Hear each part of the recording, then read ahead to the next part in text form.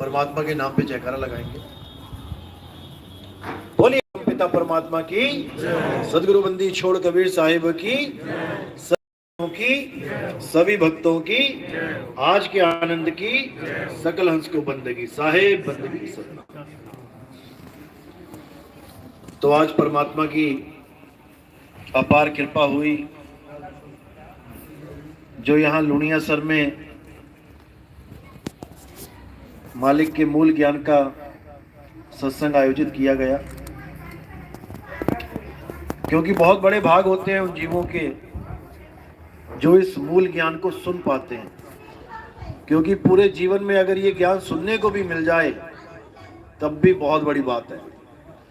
नहीं तो बड़े बड़े ऋषि मुनि आए, पीर पैगंबर आए और बिना मूल ज्ञान के ही इस दुनिया से चले गए। उनकी किस्मत में भी ये मूल ज्ञान सुनना नहीं लिखा था, जो ज्ञान आप लोग आज सुन रहे हो। तो सुन भी बहुत लेंगे लेकिन सब समझ भी नहीं पाएंगे, क्योंकि ये समझना भी बड़े भागों वाला काम है कि एक एक बात को कोई समझ जाए। नहीं समझ पाता, क्योंकि अज्ञान की इतनी मोटी परत चढ़ चुकी है, उसको उतारना आसान नहीं है। आप एक महीना भी अगर कोई बर्तन में खाना बनाते हो और उसको धो मत, तो ऐसा काला हो जाता है कि तुम एक दिन लगे रहो तो ना साफ हो। ये तो रोज रोज रोज थोड़ा सा धोना पड़ता है, इसलिए उसकी चमक बरकरार रहती है। वो भी फीकी पड़ने लग जाती है रोज धोने के बाद भी। तो ये ज्ञान ऐसा है कि अज्ञान का खात्मा कर देता है, लेकिन तब करता है जब सच में आप खात्मा करवाना चाहो, आप समझना चाहो। बारिश जब होती है तो पानी पूरे शहर में बस बरसता है, लेकिन भर वही पाता है जो घड़े का मुंह बारिश की तरफ करता है। अगर 1000 घड़े बरसात में रखे हो लेकिन मुंह नीचे है, तो एक भी बूंद उस घड़े में जाने वाली नहीं है। इसी प्रकार आपको अपना मुख गुरु की तरफ करना पड़ेगा, गुरुवाणी की तरफ करना पड़ेगा, तब तो आप गुरुमुख कहला पाओगे। अगर आपने वो मुख गुरुवाणी की तरफ नहीं किया तो आप गुरुमुख नहीं हो पाओगे, आप मनमुख ही रहोगे। तो गुरुमुख और मनमुख में यही भेद है कि गुरुमुख वाणी के द्वारा सार का असार का निर्णय कर लेता है और मनमुख मन के कहे चलता है, मन की बातों पे विश्वास करता है, की मर्जी करता है। लेकिन साहिब ने इतनी वाणियां कथी हैं हमें समझाने के लिए। हमने आज उन्हीं वाणियों का निवेड़ा करना है कि कबीर साहब आखिर कहना क्या चाहते थे, इस दुनिया में आए क्यों। क्या उनके आने से पहले कोई भगवान का नाम नहीं जानता था? क्या इन संतों महात्माओं से पहले राम का नाम था ही नहीं क्या दुनिया में? जो आज आके वो भी राम का ही नाम दे रहे हैं। कौन नहीं जानता था श्री कृष्ण का नाम? कौन नहीं जानता अल्लाह का नाम? सारे जानते थे, फिर भी संतों को आना पड़ा। क्यों आना पड़ा? राम राम जपवाने आना पड़ा? नहीं, वो यहां राम राम जपवाने नहीं आए थे, वो यहां राम के बारे में बताने आए थे कि वो राम कौन है जिसको पाके तुम्हारा जन्म सफल होगा। राम राम तो सारे ही जपते रहे आज तक। तो इसीलिए साहिब ने निवेड़ा किया है कि 52 अक्षरों के द्वारा पैदा होने वाला जो नाम है रा और मां, ये इंसानों की देन है, ये इंसानों ने बनाया है ये अक्षर। सबसे पहले जब आदि मानव के रूप में इंसान आया इस दुनिया में, तो उसके पास ना तो कपड़े थे, ना कोई रसोई, ना मकान, ना दुकान, ना कोई नौकरी, कुछ भी नहीं। उसके पास भाषा भी नहीं थी, उसके पास कोई अक्षर भी नहीं थे, उसके पास कोई किताबें ग्रंथ पोथियां नहीं थी। वो जानवरों की तरह बातें करता था, जैसे दो कुत्ते आपस में बात करते हैं, दो चिड़िया आपस में बात करती हैं। ऐसे ही इशारों की भाषा में, आवाजों की भाषाओं में तरह तरह की आवाजें निकाल के वो एक दूसरे को संकेत देते थे। लेकिन धीरे धीरे बुद्धि विकसित हुई, उन्होंने उन्हीं आवाजों को एक लिख के लिपिबद्ध कर दिया कि मैं आ बोलूंगा तो ये आ ऐसे लिखा जाएगा, मैं पा बोलूंगा तो पा ऐसे लिखेंगे, का बोलूंगा तो का ऐसे लिखेंगे। फिर उन्हीं अक्षरों को, उन्हीं ध्वनियों को जोड़ जोड़ के शब्द बना दिए गए। जैसे का और ला, कल में मां जोड़ दिया, कलम हो गया, आवाज वही है कलम। मां हटा दो तो कल, लेकिन उसका मतलब बदल जाता है। कल का मतलब बदल गया, कलम का मतलब बदल गया। अब कलम को ही ला पीछे कर दिया, मां आगे कर दिया, कमाला। आवाज वही निकली लेकिन मतलब ही बदल गया। राम, मारा, दोनों का मतलब ही बदल गया, जबकि आवाज तो एक ही है। तो ये बुद्धि विवेक उस आदमी के, उन इंसानों के जब आया, तब उन्होंने भाषाओं का विस्तार कर दिया और सारे संसार में जो कुछ भी दिखता रहा उनको, उसको वो लिपिबद्ध करते रहे कि ये दिखेगा तो ये लिखेंगे, वो दिखा तो ये लिखेंगे। उसकी फोटो खींची, उसका नाम लिया। फोटो खींची मतलब बता दिया लोगों को, पत्थर उठा के दिखा दिया, बेटा इसको पत्थर कहते हैं। उस वक्त कैमरे तो थे नहीं, फोटो तो खींच नहीं सकते। लेकिन आज वही बच्चे जिनको आप भेजते हो स्कूल में, उनको वही आदि मानवों वाली पढ़ाई करवाई जाती है।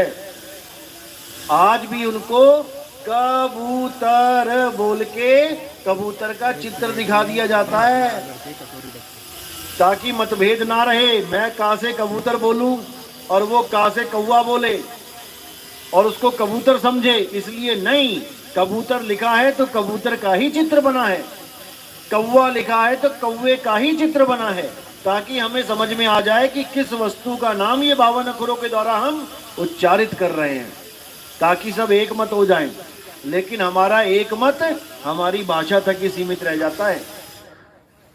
हिंदी भाषा में जितने भी नाम आप बोल रहे हो, चाहे आप हिंदी भाषा को पढ़ पढ़ के पीएचडी कर लो, डॉक्टर बन जाओ, साइंटिस्ट बन जाओ, लेकिन चीन में जाके तुम बच्चों वाली एबीसीडी नहीं पढ़ पाओगे, बड़े ज्ञानी बने हो तो। चीनी भाषा की एबीसीडी नहीं पढ़ पाओगे तुम लोग, चाहे यहां पर तुम पीएचडी कहला रहे हो, क्योंकि भाषा का ज्ञान अलग तो सारा खेल ही खत्म। चीन में जाके आप पानी भी नहीं मांग पाओगे किसी से, क्या बोलते हैं वहां पे, लेकिन इशारा सारी दुनिया में चलेगा। जहां मर्जी चले जाना, कहीं भी चले जाना, इशारा हर जगह काम करता है। तो इन्हीं 52 अक्षरों के द्वारा सारे संसार में जितनी भी रचनाएं दिखाई दी, उसका एक नाम रख दिया। आसमान का नाम आसमान रख दिया, हवा का नाम हवा रख दिया, अग्नि का नाम अग्नि रख दिया। ये सब तो ठीक था, क्योंकि दुनियादारी करनी है, इसलिए। गलती यहां कर दी कि हमने परमात्मा के भी नाम रख दिए। जब परमात्मा के नाम रख दिए बिना देखे, अब दिक्कत आ गई, क्योंकि हर चीज जो दिख रही है उसका नाम लिख के आप साबित कर सकते हो कि मैंने इसका नाम रखा है, लेकिन परमात्मा दिखाई ना दिया किसी को, लेकिन नाम रख दिया उसका। इसी प्रकार मुसलमानों ने अल्लाह दिखाई नहीं दिया, उसका नाम रख दिया अल्लाह, रब। ऐसे ही ईसाइयों ने जो चीज नहीं दिखाई दी उसका नाम रख दिया। ऐसे ही सिखों ने वाहिगुरु नाम रख दिया। अब वो चीज नहीं पता है, इसलिए सारे झगड़ा कर रहे हैं। नहीं मेरा राम बड़ा, नहीं मेरा अल्लाह बड़ा, नहीं मेरा वाहिगुरु बड़ा, नहीं मेरा गॉड बड़ा। अगर वो चीज पता लग जाए क्या है, तो सारे झगड़े शांत हो जाए। जैसे कोई बोले पानी बड़ा, कोई कहे जल बड़ा, कोई कहे नीर बड़ा, कोई कहे तोए बड़ा, तो झगड़ा शांत कैसे होगा? उनको कहो भैया अपना अपना सामान आगे लाके रख दो सामने। अब क्या लेके आएंगे वो? एक ही चीज लेके आके सब रख देंगे। वहीं पे समझ में आ जाएगा, अरे यार नाम अलग अलग है, चीज तो एक ही है। लेकिन अब यहां कौन अल्लाह को लेके आए, कौन वाहिगुरु को लेके आए, कौन गॉड को लेके आए? ना वो ला सकते हैं, ना वो खुद आएंगे यहाँ पे। अगर वो खुद भी आ जाते तब भी झगड़ा खत्म हो जाता। ना आज तक अल्लाह जमीन पे आके बता के गया कि मैं अल्लाह हूं, ना कोई वाहिगुरु आ रहे हैं, ना कोई गॉड आ रहा है। ये इंसान ने बना दिए हैं सारे खेल, क्योंकि पढ़ना लिखना आ गया। अगर पढ़ना लिखना बोलना नहीं आता तो कौन से नाम की जंग होती यहां पे? तब कौन सा राम होता, कौन सा अल्लाह, कौन सा अरे 52 अक्षर बनने के बाद ये सारे नाम बने हैं। आज तक इंसानों के अलावा कोई और कुत्ता बिल्ली हाथी घोड़ा क्यों नहीं लड़ा भगवानों के नाम पे? वो भी तो परमात्मा के ही जीव हैं। केवल इंसान को ही क्यों झगड़ा सूझ रहा है, लड़ रहा है इंसान? केवल 52 अक्षरों की वजह से, ये जो मुंह से नाम निकल रहे हैं इसकी वजह से। इसीलिए साहिब ने बोला 52 अक्षर जोड़े आन और सकिया न अक्षर एक पहचान। उस एक अक्षर अविनाशी को कोई नहीं पहचान पा रहा जो सब घटों को चला रहा है। हिंदुस्तान में अगर रामराज होता या रामराज हो जाए तो मुसलमान तो खत्म हो जाने चाहिए। अगर इस दुनिया को अल्लाह ने बनाया है तो हिंदू क्यों जीवित है, ईसाई क्यों जीवित है? फिर तो इन सब का सफाया हो जाना चाहिए और आदमी ना करे, अल्लाह ही करे ना। फिर तो घर तो उसका है। हम लोग क्यों जी रहे हैं? हम लोग को सांस क्यों दे रहा है? वो केवल अपने मानने वालों को दे। लेकिन असल में बात यह है कि कोई अल्लाह कोई वाहेगुरु ये चाहता ही नहीं है कि उसके नाम पे कोई झगड़ा होए, वरना अल्लाह और राम खुद ही झगड़ा करके निबेड़ा कर लें। कौन ताकतवर कौन बड़ा है, हमें करने की क्या जरूरत है? लेकिन ना तो आज तक वो लड़े और ना ही हमारे कहने पे लड़ने वाले हैं। ये हम ही लड़ना जानते हैं क्योंकि हमें मूर्ख बना दिया गया इन लोगों के द्वारा, जो हमारे धर्मों पे हमारी आस्थाओं से राजनीति करते हैं। लेकिन अगर हमें नहीं समझ में आया आज, तो आने वाले समय में यहां पर अल्लाह राम का नाम लेने वाला भी कोई नहीं होगा। एक ही परमाणु दागेंगे सब साहब। अगर हिंदू ने दाग दिया तो हिंदू भी मरेंगे, मुसलमान ने दाग दिया मुसलमान भी मरेंगे। कोई बम ये देख के नहीं फूटेगा कि भैया हिंदू मर रहा है कि मुसलमान मर रहा है, सारे ही धराशायी हो जाएंगे। क्या फायदा फिर ऐसे अल्लाह राम का? इसीलिए कबीर साहब कह रहे हैं कि जिसको तुम पाना चाहते हो पहले उसको जानो, वो है क्या। अल्लाह वाले अल्लाह को जाने, राम वाले राम को जाने, झगड़ा खत्म हो जाएगा जानने के बाद, क्योंकि वो एक ही है। भाई रे दो जगदीश कहां से आया और कहो कौन बौर आया। अल्लाह वाले भी कह रहे हैं अल्लाह एक है, परमात्मा एक, खुदा एक। राम वाले भी कह रहे हैं भगवान एक है। तो झगड़ा किस बात का है? बड़ा छोटा करने का झगड़ा है। मेरा पानी बड़ा तेरा जल छोटा, मेरा नीर बड़ा तेरा तोय छोटा। इससे कुछ मिलने वाला नहीं है। तो आज यहां पर आपको निवेड़ा करेंगे कि अल्लाह वाहिगुरु होता क्या है और हमने बना क्या दिया है। 3 प्रकार का ज्ञान है। अच्छी तरह समझ लोगे समझ में आ जाएगा, नहीं तो बताने वाला बता के चला जाएगा, आपके पल्ले कुछ नहीं पड़ेगा। 3 ही चीजें हैं इस दुनिया में, चौथी कोई चीज नहीं है। पहला है साकार, दूसरा है निराकार। अब साकार और निराकार पे सत्संग कर लेते हैं, तीसरे के बाद में बात करेंगे। साकार क्या है? ये सारी दुनिया में जितने भी रूप दिखाई दे रहे हैं ये सब साकार है। लेकिन ये आए कहां से? आए कहां से? निराकार से। किसी को शक है? कोई भी ग्रंथ पढ़ लो आप, शिव के भगत हो, शिव महापुराण पढ़ लो, उसमें साफ लिखा है, सृष्टि रचना पढ़ो, कि शिवजी ही निराकार रूप से साकार रूप धारण करते हैं। यानी पहले निराकार थे फिर साकार हो गए। आप विष्णु महापुराण उठा के देख लो, उसमें लिखा है विष्णु जी के 2 स्वरूप हैं, एक निराकार एक साकार। निराकार से ही साकार जगत का सृजन होता है। अब देवी भागवत उठा लो, वहां पर भी लिखा है कि सृष्टि बनने से पहले मां दुर्गा ना स्त्री हैं, ना पुरुष हैं, ना नपुंसक हैं, वही निराकार हैं और निराकार से ही साकार की उत्पत्ति होती है। बिल्कुल स्पष्ट हो गया, साकार ही निराकार है, इन दोनों में कोई भेद नहीं है। अगर कोई यह सोचता है कि साकार और निराकार अलग अलग वस्तु हैं तो उसको अभी ज्ञान ही नहीं है। बर्फ और पानी, इनमें कोई भेद नहीं है। पानी के रूप में निराकार है, सब जगह विराजमान है। जैसे आपने एक पतीले में पानी डाला तो ऐसा कोई कोना नहीं बचेगा जहां पानी नहीं लग रहा है। 1 लीटर पानी डाल दिया, अब आपने उसी 1 लीटर पानी को ग्लास में जमा दिया और उसी पतीले में डाला, तो क्या चारे कोने भर जाएंगे? उससे नहीं भरेंगे, वो एक ही जगह खड़ा रहेगा बर्फ रूप में। वो हो गया साकार, और पानी के रूप में वो हो गया निराकार। लेकिन है एक ही चीज।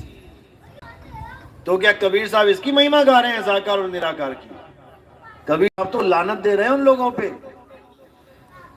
कहते मैं देखूं तुझको और तू देखे कहीं और, लानत ऐसे चित पर एक चित दो ठौर। कहते लानत है ऐसे चित पर। चित यानी आप सबके पास चित है। आधों का चित लग गया साकार में, आधों का चित लग गया निराकार में, और साहिब कह रहे लानत है ऐसे चित पर जो कभी साकार में और कभी निराकार में ही उलझा रहता है, जबकि दोनों एक ही हैं।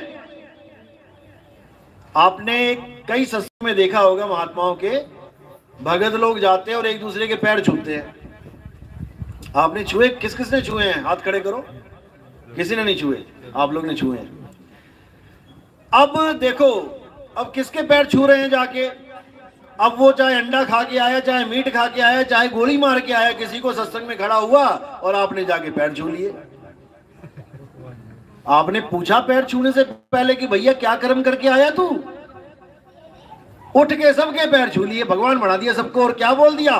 तू ही निरंकार। अब देखो, साकार को ही बोल दिया तू ही निरंकार। समझो इस बात को। साकार के पैर छू के उसको कह दिया तू ही निरंकार, तो तब भी नहीं समझ पाए कि साकार निराकार एक को ही है, एक को ही है। कान ऐसे पकड़ाए थे तो किसी ने कह दिया अरे बेवकूफ तूने कान पकड़ लिए, तो क्या करूं? ऐसे पकड़। अरे वही है। साहिब कहते हैं कोई निर्गुण में रीझ रहा, कोई सरगुण ठहराए, अटपट कबीर की मुंह से कहीं ना जाए। दादू जी की वाणी है। कोई साकार में उलझ गया, कोई निराकार में उलझ गया, और है एक ही चीज। अब इसी साकार और निराकार को देख कौन रहा है? जिस दिन तुमने ये विचार कर लिया, तुम्हारे पर्दे खुल जाएंगे। साकार को कौन देख रहा है? मैं ही देख रहा हूं। और निराकार को कौन देख रहा है? मैं ही देख रहा हूं। जब दोनों को मैं देख रहा हूं तो मैं क्या हूं? जिस दिन ये समझ में आ गया, यही रखो, जिस दिन ये समझ में आ गया कि मैं कौन हूं, उस दिन साकार और निराकार की महिमा खत्म हो जाती है। जब तक ये नहीं पता लगा कि मैं कौन हूं, जब तक दूसरे को ही पूजोगे, तब तक दूसरे को ही पूजोगे। लेकिन जब समझ में आ जाएगा कि मैं कौन हूं, उसके बाद दूसरा खत्म हो जाएगा। मैं क्या हूं? आत्मा हूं। हे अर्जुन, तू, मैं और ये सारे राजा महाराजा, हम शरीर नहीं हैं, हम आत्मा हैं। अध्याय 2 पढ़ो। ऐसा कोई समय नहीं था जब तू, मैं और ये राजा महाराजा नहीं थे, और ऐसा कोई समय नहीं आएगा जब तू, मैं और ये राजा महाराजा नहीं होंगे। तो फिर कौन मरा? इतना बड़ा युद्ध हो गया, मरा कौन? जब कोई समय ही नहीं था जब हम तुम नहीं थे, और ऐसा कोई समय नहीं आएगा जब हम तुम नहीं रहेंगे, तो मरा कौन? कोई नहीं मरा, केवल शरीर खत्म हुए हैं। और शरीर तो हम हैं ही नहीं, शरीर तो कपड़े हैं इस आत्मा के। आज ये इंसानी कपड़े पहन लिए, कल को क्या पता शेर चीते के कपड़े पहनने पड़ जाएं। इसीलिए बोला गया इंसानी चोला बार बार नहीं मिलता। इंसानी चोला, चोला क्या होता है? कहते ना बाबा जी का चोला देखो, कपड़े। इंसानी चोला है ये। कपड़े पहने तुमने, कहां मिले ये कपड़े? सड़क पे पड़े हुए मिले, पहन लिए। ये मां के गर्भ में पहन के आए हो। तुमने आदमी के कपड़े पहन लिए और कुछ ने औरतों के कपड़े पहन लिए। जैसे पजामा लेने जाओ तो दो तरह के पजामे मिलते हैं, एक लेडीज एक जेंट्स। कोट लेने जाओ तो लेडीज जेंट्स, चश्मा लेने जाओ लेडीज जेंट्स। ऐसे ही मां के गर्भ में जो हमें शरीर मिलता है वो भी लेडीज और जेंट्स होता है, लेकिन हम कपड़े नहीं हो जाते, हम तो उसको पहन रहे हैं। हम कपड़े पहन रहे हैं और अंत समय में हम ये कपड़े उतार देंगे और इन कपड़ों को छोड़ के चले जाएंगे। अब किसी की मां मरी तो जमीन पे क्या पड़ा है? मां पड़ी है कि कपड़े पड़े हैं? कपड़े पड़े हैं। मां को तो आप कहते हो माता मुझे छोड़ के चली गई। अब जो चली गई वो तुम कभी पहचान ही नहीं पाए कि चली कौन गई। जिसको माता माता कहते थे वो तो ये पड़ी है, यानी सारी उम्र कपड़ों को ही माता माता करते रहे, सारी उम्र कपड़ों को ही पिता पिता करते रहे। अपनी मां और अपने पिता को हम जान ही नहीं पाए कि उनका स्वरूप क्या है। इस चमड़े को, इस मिट्टी को ही माता और पिता मान के बैठ गए, जबकि ना तुम मिट्टी हो और ना तुम्हारे मां बाप मिट्टी हैं। ना तुम आदमी हो ना औरत हो, ये कपड़े हैं, आपने धारण किए हैं कुछ समय के लिए। आप एक आत्मा हो जिसका कभी नाश नहीं होता। तो जब तुम कपड़े नहीं हो, तुम आदमी औरत नहीं हो, तो भगवान राम क्या हैं? कपड़े हैं? नहीं है। भगवान राम ने भी मनुष्य का चोला धारण किया था। विष्णु जी ने अवतार देखो, विष्णु जी के पहला अवतार क्या है? मछली। अब कह दो विष्णु जी तो मछली हैं, कभी ना कहोगे विष्णु जी मछली हैं। फिर विष्णु जी ने अवतार लिया कछुए का, अब कह दो विष्णु जी कछुआ हैं, कभी ना कहोगे कछुआ हैं। फिर जंगली सुअर का अवतार लिया तीसरा, अब कोई कह दे विष्णु जी बराबर इज इक्वल टू जंगली सुअर, कभी ना बोलोगे। अब विष्णु जी ने अवतार लिया आदमी का, राम जी का, कृष्ण जी का। अब तुमने इसको ग्रहण कर लिया कि भाई विष्णु जी तो आदमी हैं, क्योंकि तुम आदमी के चोले में हो, इसलिए तुम्हें वो मनोहर लग रहा है। बाकी चोलों को तुमने रिजेक्ट मार दिया, आदमी के चोले को पकड़ लिया। कृष्ण जी बोलते ही बांसुरी हाथ में आ जाती है। अब विष्णु जी ने एक ही बार में दो चोले धारण किए, आदमी का तो किया, औरत का भी कर लिया, लेकिन तुमने कभी ना माना विष्णु जी को औरत। कब किया था औरत का रूप धारण? जब अमृत बट रहा था और दैत्यों ने रूप बदल के देवताओं में बैठ के अमृत का पान किया था, तो कौन थी वो जिसने चक्र से दोनों की गर्दन काट दी थी? आदमी था कि औरत? औरत रूप में थी। तो कह दो विष्णु जी औरत है? नहीं कहोगे। जब भस्मासुर को मारा, शंकर जी को भस्मासुर ने दौड़ा लिया, क्योंकि ऐसा आशीर्वाद दे दिया कि अब उस आशीर्वाद के सामने खुद भी झुकना पड़ गया। अब वो शंकर जी को भगा रहे हैं। अब शंकर जी ने किसको याद किया? विष्णु जी को, कि बचाओ प्रभु कहां फंस गए। अब विष्णु जी अगर अपने असली रूप में आ जाते तो जैसे शंकर जी भाग रहे थे वैसे विष्णु जी को भी भागना पड़ता, क्योंकि वरदान ही ऐसा था। सिर पे हाथ रखा और भस्म। तब विष्णु जी ने क्या किया? मोहिनी रूप लिया, एक लेडीज का रूप लिया और आके डांस करने लगे उसके सामने और उसको भी नचाने लगे। अब जैसे जैसे वो डांस करे वैसे वैसे वो राक्षस डांस करे, भस्मासुर। डांस करते करते क्या दिमाग लगाया? अपना हाथ अपने सिर पे रख लिया, उधर उसने भी अपना हाथ अपने सिर पे रख लिया, भस्म हो गया। अब कोई कहे कि विष्णु जी तो औरत ही है, असली रूप तो औरत का है, जो शेषनाग पे है वो तो नकली रूप है, तो हजम नहीं होगा। कहने का मतलब ये है विष्णु जी का ना तो आदमी का रूप है, ना औरत का रूप है, ना मछली का, ना कछुए का, ना जंगली सुअर का। विष्णु जी का असली रूप है आत्मा का।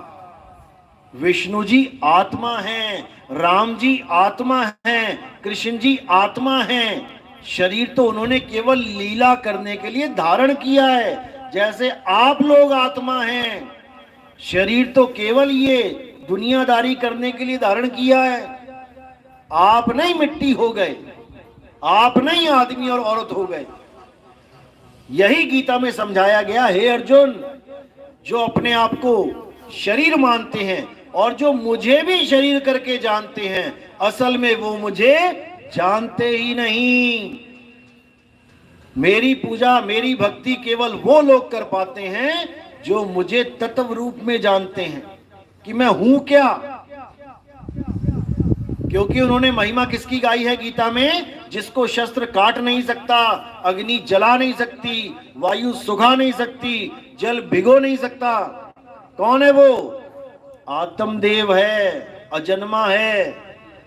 लेकिन हम किसकी पूजा करने में लग गए? जिसके पैर में तीर लग गया था। किसके लगा था? कृष्ण जी के। तो जब वो कह रहे हैं कि जिसको शस्त्र काट नहीं सकता, अग्नि जला नहीं सकती, तो हमें कब कहा उन्होंने कि जिसके पैर में तीर लग जाए उसकी पूजा करो? उन्होंने कहा जहां तीर भी ना लग पाए उसको जानो अर्जुन। इसीलिए हम इतने युगों से धक्के खाते हुए आज कलयुग में बैठे हैं। अगर हम विष्णु जी की कही बात सतयुग में समझ जाते तो हम कभी त्रेता में आते ही ना, हमें वही मुक्ति मिल जाती। अगर त्रेता में कही बात राम जी की हम समझ जाते तो हम कभी द्वापर में ना आते, और द्वापर में कही बात कृष्ण जी की हम द्वापर में समझ जाते तो हम कभी कलयुग में ना आते। और अगर अब कलयुग में भी नितिन दास की बात तुम्हें समझ में नहीं आ रही है तो दोबारा तैयारी कर लो आने की। बस यही है फार्मूला। समझ जाओगे तो निकल जाओगे, नहीं समझोगे तो फिर वापस आ जाओगे। ऐसे ही ढूंढ रहे होगे कोई गुरु, कोई मुझे मुक्ति दे दे, और जो मुक्ति की बात चल रही है वो समझ में नहीं आ रही है। इसीलिए कबीर साहब ने कोई कसर नहीं छोड़ी बताने में। उन्होंने बोला, जल में मीन प्यासी, मोहे देखत आवे हासी, आत्म ज्ञान बिना नर भटके। कहां भटके? तुम्हें तो लग रहा है हम तो जा रहे हैं भगवान जी के पास। कभी काबा कभी काशी। मुसलमान जा रहे हैं काबा और बड़े खुश होके जा रहे हैं, और साहिब क्या कह रहे हैं? आत्म ज्ञान बिना नर भटके। भटकने जा रहे हो तुम वहां पे, क्योंकि तुम्हारा खुदा किसी काबा काशी का गुलाम नहीं है कि वहीं बैठा हुआ है। तुम्हारा साहिब तुम्हारे अंदर बैठा है, तुम्हारी आत्मा में बैठा है। ज्यों तिल माही तेल है, ज्यों चकमक में आग, और तेरा साईं तुझ में है, जाग सके तो जाग। जब मेरा साईं मुझ में है तो फिर मैं कहां जाऊं उसे ढूंढने? दूध में घी छुपा है, अब दूध कहां जाए घी को ढूंढने? कहीं भी चला जाए वो उसे ढूंढ नहीं सकता, क्योंकि दूध में ही घी है। बस उसे ऐसा गुरु चाहिए जो दूध से घी कैसे प्रकट होगा ये विधि बता दे।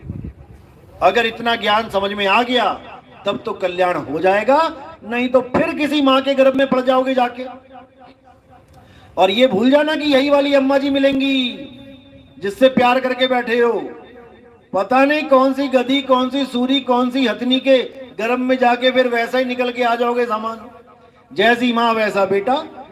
आज तो इंसानी चोले में, यानी इंसान रूपी माँ के गर्भ में पड़ गए तो मिल गया चोला, नहीं तो कुतिया के गर्भ में पड़ जाते तो कुत्ता बन के निकल आते। आज कोई कहे कि वो कुतिया लेटी है, इसका दूध पी जाके, पिएगा कोई? कोई ना पिएगा। और जब उसके गर्भ में पड़ गए तो बाकी भाइयों को पीछे करोगे, सबसे पहले जाके चूसोगे, तगड़े हो जाओगे, मोटे हो जाओगे। वहां तुम्हें याद नहीं रहेगा कि मैं कभी इंसान था और मैं घिन कर रहा था कि ये दूध मैं नहीं पी सकता। अब चूस चूस के मोटे ताजे हो जाओगे। ये माया का खेल है भाई, ऐसा घुमा रखा है इसने कि हालत खराब कर देगी। इसलिए साहिब ने बोला, जब लग ना चीनोगे आत्म, तब लग ना मिली है परमात्म। आत्म चीन है परमात्म चीन है, संत कहावे सोए, और यह भेद काया से बाहर बूझे बिरला कोई। जब तक काया से बाहर का ज्ञान नहीं समझ में आया, यानी विदेही ज्ञान समझ में नहीं आया, जब तक भटकते ही रहोगे। तो इसीलिए साहिब ने बोला, जब लग ध्यान विदेह न पावे, तब लग जीव भव भटका खावे। उस विदेही ज्ञान को समझ लो, उस आत्म राम को समझ लो। वो आत्म राम कहीं मंदिरों में नहीं बैठा है, वो तुम्हारे रोम रोम में बसा हुआ है। भजन भी गाते हो, मेरे रोम रोम में बसने वाले राम मैं तुमसे क्या मांगू। और रोम रोम की जगह ढूंढने कहां जाते हो? मंदिर में।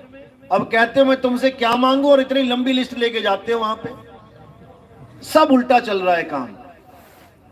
कुछ मांगने की जरूरत नहीं है भाई, बिना मांगे सब कुछ मिलेगा। लेकिन तुम्हें भगवान को केवल एटीएम बना के शो कर दिया गया है कि मंदिर जाना है तो ऐसे मंदिर में जाओ जहां तुम्हारी इच्छा पूर्ति हो जाए। उसका नाम भी यही रख दिया, इच्छा पूर्ति मंदिर। मतलब घर बैठ के अगर तुम मांगोगे तो उसने कानों में उंगलियां दे रखी हैं, और वहां जाके मांगोगे तो वो सुन लेगा। कमाल कर दी। इसी भरम में सारा जग भूल रहा है। हमारा साहिब हम में है। कस्तूरी कुंडल बसे मरग ढूंढे बनमाही, और ऐसे रमता राम है ये दुनिया जाने नाही। ये दुनिया नहीं समझ सकती उसको, क्योंकि जितने भी लोग हैं उन्होंने भगवान को एक बिजनेसमैन समझ लिया है। भगवान जी मुझे ये दे देना, मैं तुम्हें वो दे दूंगा। यही बिजनेस चल रहा है। अगर किसी ने मन्नत मांगी, भगवान जी मेरे घर में बेटा हो जाए, मैं पूरे गांव को खाना खिलाऊंगा, बेटा नहीं हुआ ना, खाना भी नहीं खिलाएगा। इतना स्वार्थी है ये। कहेगा पहले मेरे बेटा होना चाहिए तब खिलाऊंगा खाना। इतना स्वार्थी है। तो ऐसे लोगों को क्या परमात्मा मिलेगा? भूल जाओ। तो इसी को बार बार संतों ने समझाया, कोई कमी नहीं छोड़ी, लेकिन ये मूर्ख जीव समझ नहीं पाया। तो अब समझना है, अब इस मूर्खता को छोड़ना है। आत्म में राम, राम में आत्म, चीनस गुरुमुख विचारे। गुरबाणी यही समझा रही है, लेकिन हमें नहीं समझ में आ रहा। हम अपने आप को छोड़ के हर चीज को पकड़ने में लगे हैं। आत्मा को छोड़ के हर चीज माया है। यही अर्जुन को समझाया गया कि हे अर्जुन, आत्मा अजन्मा है, आत्मा नित्य है, आत्मा शाश्वत है, आत्मा पुरातन सनातन है। जो आत्मा के पुजारी हैं असल में वही सनातनी हैं। सनातनी यानी जिसका कोई आदि और अंत ना हो। कहते हैं ना हिंदू धर्म का कोई आदि और अंत नहीं है, सनातन धर्म का आदि और अंत नहीं है। वो तब नहीं है जब तुम आत्मज्ञानी हो जाओ। अगर तुम राम जी के पुजारी हो तो सत्य त्रेता, त्रेता से पहले दिखाओ राम जी कहां है। आदि और अंत में आता है त्रेता क्या? अगर तुम विष्णु जी के पुजारी हो तो सतयुग, तुम कृष्ण जी के पुजारी हो तो द्वापर युग, तुम किसी और गुरु के पुजारी हो जिसको तुमने भगवान मान लिया तो ये तो कलयुग। इसीलिए 10वीं पातशाही को पूछा गया तुम्हारा गुरु कौन है? उन्होंने क्या बोला? आदि अंत एको अवतारा, सोई गुरु समझो हमारा। उन्होंने 9वीं पातशाही का नाम नहीं लिया कि ये गुरुजी मेरे गुरुजी हैं। उन्होंने कहा वो मेरा गुरु है जो आदि अंत तक एक ही अवतार में रहता है। और वो क्या, कौन है? आत्मदेव। हे अर्जुन, आत्मा ना तो कभी जन्म लेता है, ना ही आत्मा की कभी मृत्यु होती है। आदि और अंत तक केवल आत्मा ही आत्मा होता है, इसके अलावा कुछ नहीं। बाकी सब जन्मते हैं, मरते हैं, आते हैं, जाते हैं, लेकिन आत्मा अचल हमेशा एक ही रस में रहता है। वो परिवर्तित नहीं होता, क्योंकि परिवर्तन होने वाली हर चीज माया है। बर्फ जब पिघल जाती है तो वो पानी बन जाती है। माया है। साकार कहां से आया? निराकार से। निराकार ही जब साकार बन रहा है तो माया है, और साकार निराकार हो जाता है तो भी माया है। वो क्या है जो कभी नहीं बदलता? वो आत्मा है। आत्मा सदा एक रस रहता है। तो निराकार साकार की भक्ति जो है वो नीचे लेवल की भक्ति है। सबसे नीचे साकार की भक्ति है, उससे ऊपर निराकार की भक्ति है दोनों एक ही। लेकिन जैसे सिक्के के दो पहलू हैं, हेड और टेल, है एक ही सिक्के के पहलू, लेकिन जो तुम मांगते हो वो आ जाए तो जीतते हो, और जो दूसरा आ जाए तो हार जाते हो। बस यही खेल चल रहा है, यही खेल चल रहा है। जो तुम्हें समझ में आ गया कि मैं तो साकार का भगत हूं, वो तुम्हारे सामने रख दे तो तुम खुश हो जाते हो, अरे क्या बात है, भगवान जी आ गए। और जो निराकार के भगत हैं, जब उनसे निराकार की बात करो तो वो खुश हो जाते हैं, वाह वाह वाह क्या बात है, क्या ज्ञान है। दोनों ही अज्ञान है, दोनों ही अज्ञान है। अब साकार निराकार दोनों से न्यारा क्या है? तो साहिब कहते हैं सरगुण निर्गुण दोनों से न्यारा, जानेगा कोई जाननहारा। उसको जानो जो साकार से निराकार नहीं होता, जो निराकार से साकार नहीं होता। वो कौन है? आत्मदेव, जिसको शब्द भी कहते हैं। कबीर साहब की वाणी में जहां भी शब्द लिखा हुआ है वहां पर दो प्रकार के शब्द हैं, एक तो खंडित शब्द जो अक्षरों से बनते हैं, और एक अखंड शब्द जिसको नाम अखंड बोला जाता है, और वो आत्म राम है।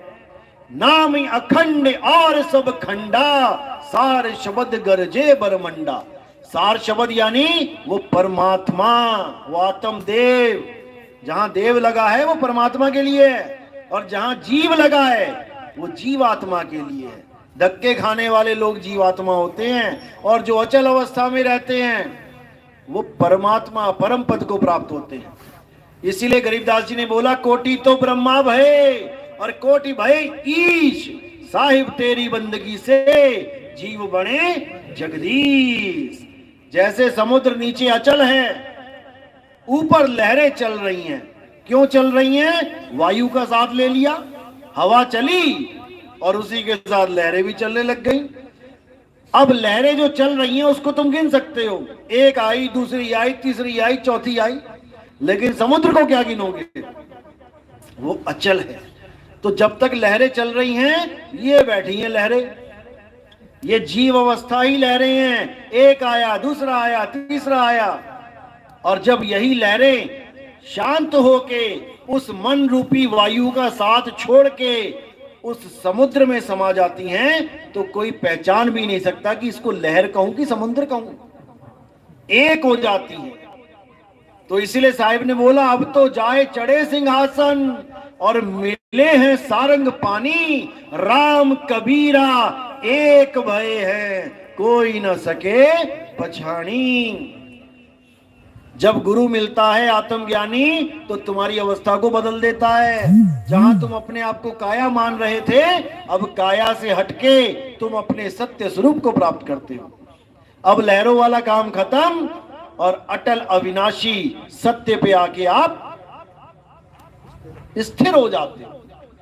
इसी को स्थित प्रज्ञ बोला गया है गीता में। स्थित प्रज्ञ जो एक जगह स्थित हो जाए, अब उसे कोई हिला ना पाए, वही मुक्ति है। और जब तक तुम चल रहे हो, कोई शिवलोक को जाने की तैयारी कर रहा है, कोई ब्रह्मलोक को, कोई गोलोक को, कोई स्वर्ग को, कोई नरक को, जब तक तुम चल रहे हो, जब तक तुम अज्ञान में हो, तुम काल के जाल में हो, तुमने स्थिर हो जाना है। एक भैंस को बांधा खूंटे से, खूंटा ढीला था, पता लगा भैंस खूंटा ही लेके चली हुई है। कई बार देखोगे भैंस ऐसी भी मिल जाती है, खूंटा ही लगा होता है साथ में, क्योंकि खूंटा अचल नहीं था। इसी प्रकार आपने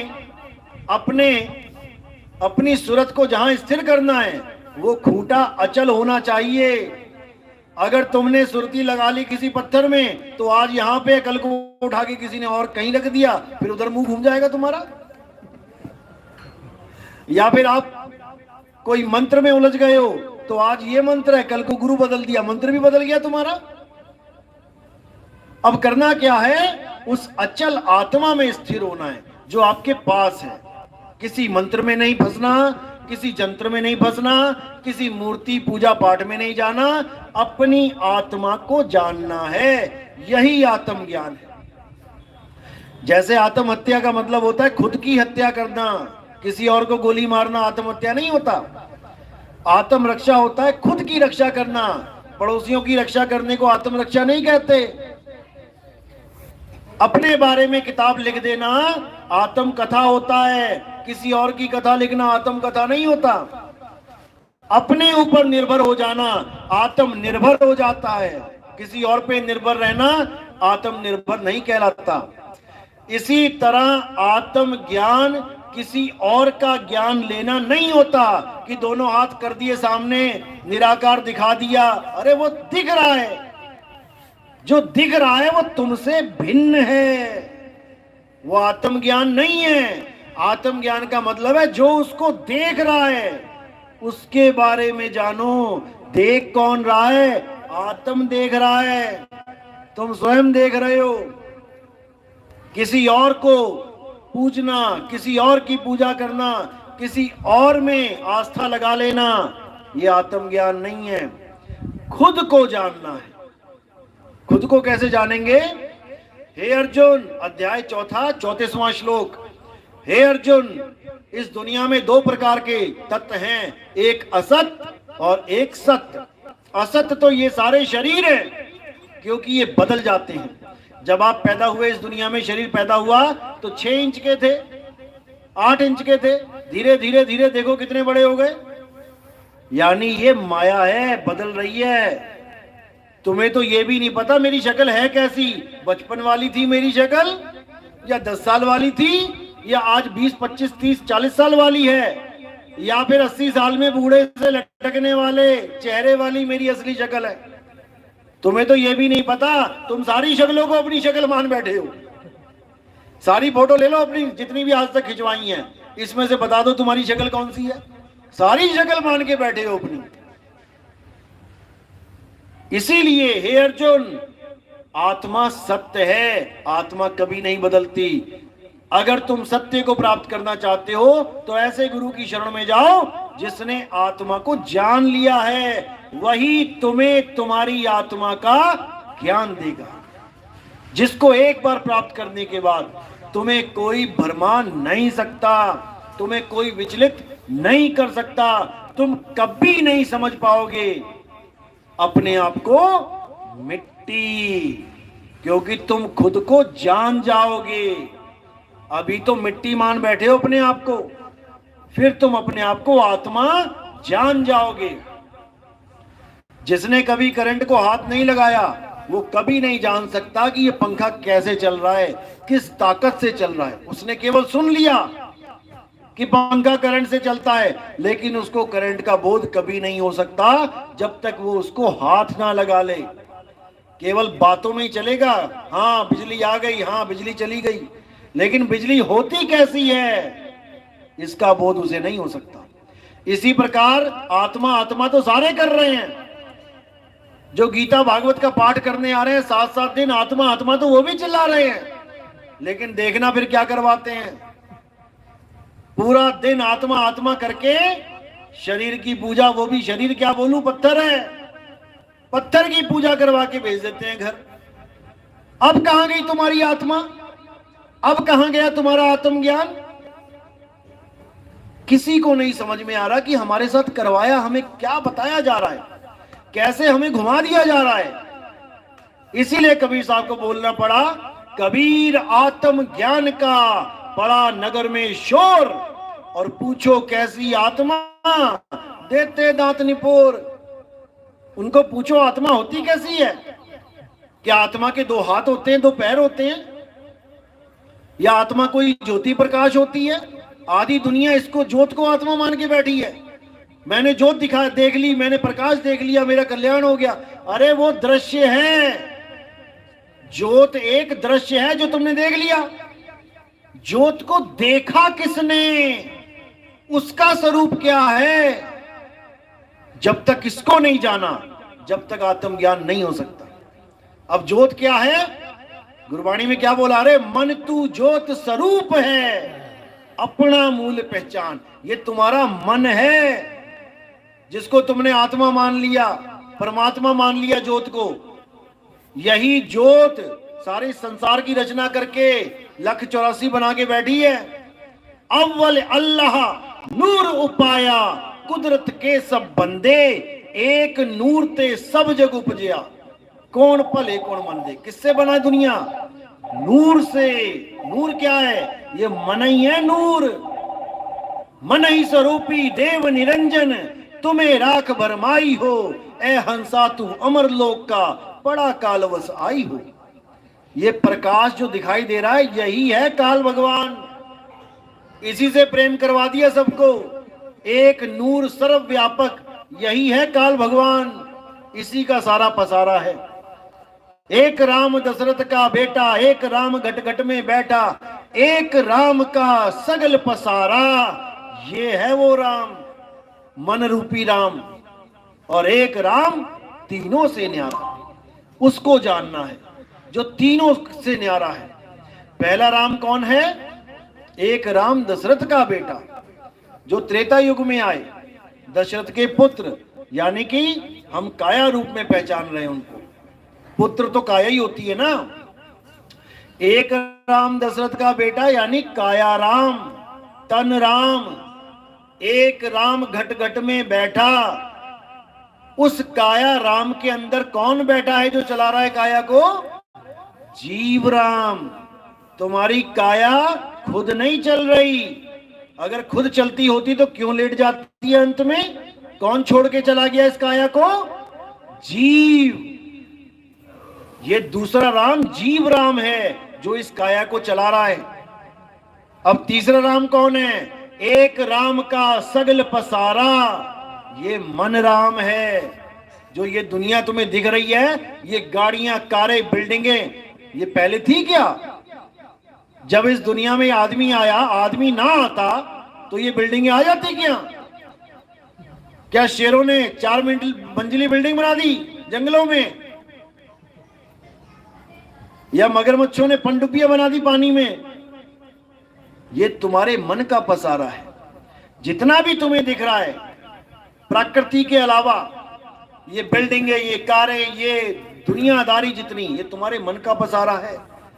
एक राम का सगल पसारा और एक राम तीनों से न्यारा, वो है आत्म राम, जिसको परमात्मा भी बोल देते हैं। तो यही 4 राम का निबेड़ा कबीर साहब ने किया था। लेकिन लोग कबीर साहब को भगवान राम का पुजारी समझ बैठे, तो उनको वाणी बोलना पड़ा, हमारा राम दशरथ सुत नाही। हमारा राम वो है जो सबको चला रहा है, जो किसी को मारता ही नहीं, जो सबको जीवन ही देता है।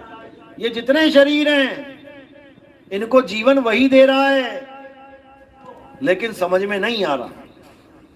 तो इसी को समझना है, आत्म राम को जानना है। आत्मा के बिना सब झूठ है।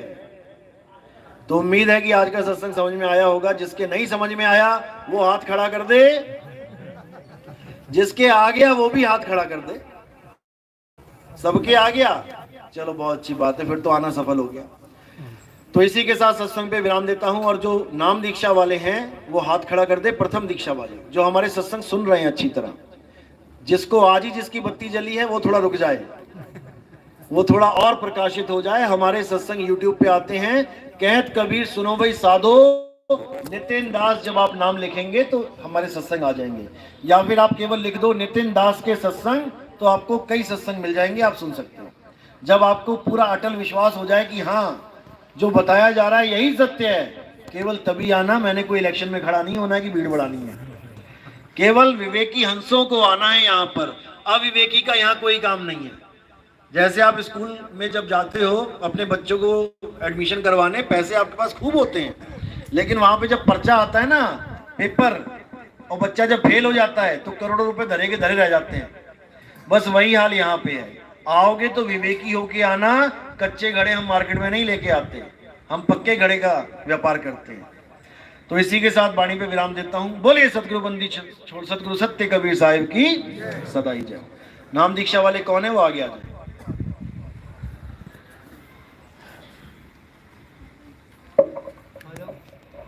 आगे आ जाओ। अति उत्तम।